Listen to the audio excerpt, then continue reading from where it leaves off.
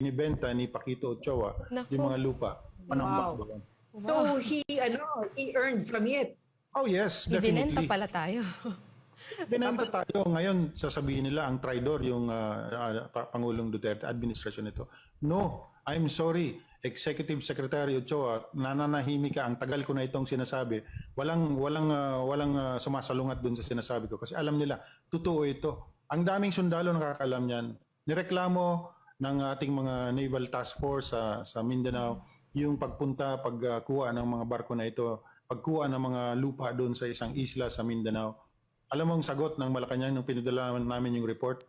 No, you secure them. Pinasecure pa doon sa Navy yung barko ng Incheck na naghahakot ng lupa.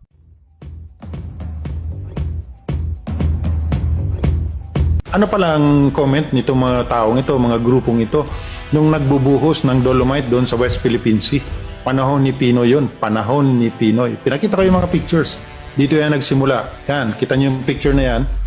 Ayan ang itsura ng mga islets doon sa West Philippine Sea nung sinisimulan pa lang. Nasaan kayo? 2013, 2014. Nasaan itong mga kritiko na ito? Hindi sila nagko-comment diyan. Hanggang nabuo na yung mga isla na yon, apat na yan, tapos naging military bases na ng mga Incheck. 2016 nung nakumpleto at yon nagkaroon ng arbitral ruling. So ngayon sinisisi nila ang gobyerno, Pangulong Presidente na hindi raw ina-actionan yung ruling na yon. Paano nga ba?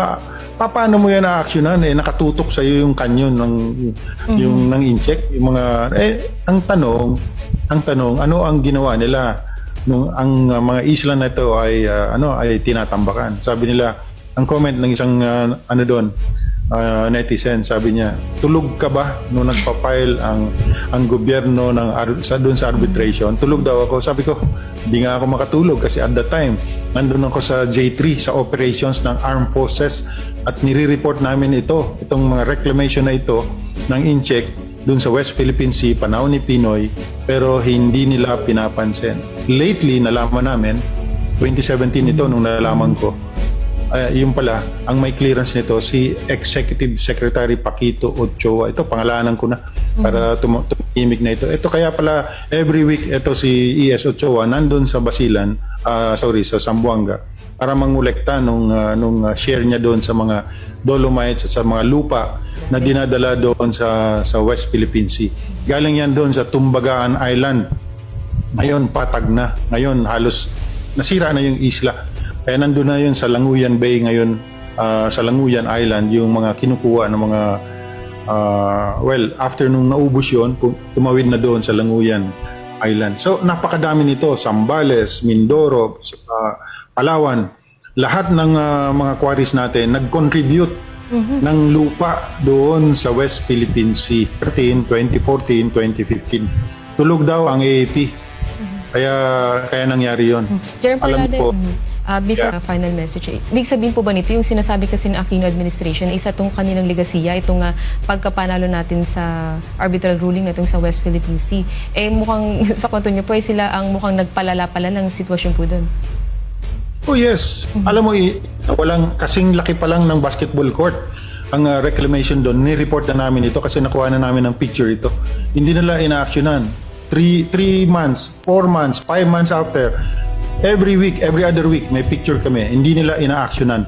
Alam mo, nung meron malaking building doon sa isang isla, eto na nga, mga military structures na yung nandoon. Ayun, may lumusot niyan sa media na litrato. At doon nagsimulang malaman ng taong bayan na mayroon palang nangyayaring reclamation doon. Ano ang ginagawa ng Incheck, ng Pilipinas? Wala. Bakit? Kasi binibili sa kanila, binibenta ni Paquito Ochoa yung mga lupa. Panambak doon. So he earned from it. Oh yes, Ibinenta definitely. pala tayo. Binenta tayo. Ngayon, sasabihin nila ang traidor yung Pangulong Duterte, administrasyon nito. No, I'm sorry. Executive Secretary Ochoa, nananahimik ka. Ang tagal ko na itong sinasabi. Walang sumasalungat dun sa sinasabi ko. Kasi alam nila, totoo ito. Ang daming sundalo nakakalam yan. Nireklamo ng ating mga Naval Task Force sa Mindanao yung pagkuha ng mga barko na ito, pagkuha ng mga lupa doon sa isang isla sa Mindanao. Alam mo ang sagot ng Malacanang nung pinadala namin yung report? No, you secure them. Pinasecure pa doon sa Navy yung barko ng incheck na naghahakot ng lupa. Grabe. Albert de Rosario, do they know this? I think they know it. Sa highest level, alam nila ito. Kaya yung yung tribunal na yan, drama-drama lang yan. I even asked the Chief of Staff then and the Secretary, National Defense, sir, why don't you call for the convening of the National Security Councils? This is serious. Ilang isla na yung alam mo, wala pang alam ang buong Pilipinas noon na mayroon ng reclamation. Why? Kasi nga sinusuppress yung balita. Walang lumalabas na litrato, walang lumalabas na ano. Ang sabi ng Malacanang, let's maintain our relationship with China. Let Aquino said that. The Noynoy Aquino presidency said that. Yes. At kaya hindi nag-convene ang National Security Council kasi siyempre malalaman ng ibang presidente bakit ganyan ang nangyayari. National Security Council kasi kasama diyan yung mga past presidents, ang dami kasama doon. Wala, 6 na tao lang ang nag-attend ng meeting na yun. So ang desisyon, wag nating let us not rock the boat. Ituloy lang yung kaso, but let's not rock the boat. Why? Kasi for every barge na puno ng lupa na tinatambak doon sa West Philippine Sea, ang laki ng kinikita ng Ochoa. At saka yung mga kasama pa nila dyan. Sino pa yung iba? Kung sino pa yung iba? Sila Lacerda? I don't know really. Okay, basta you're just sure about Ochoa. Oh yes, kasi every week nandun yan sa Zamboanga, nangungulekta ng duffel bag ng pera niya. Grabe.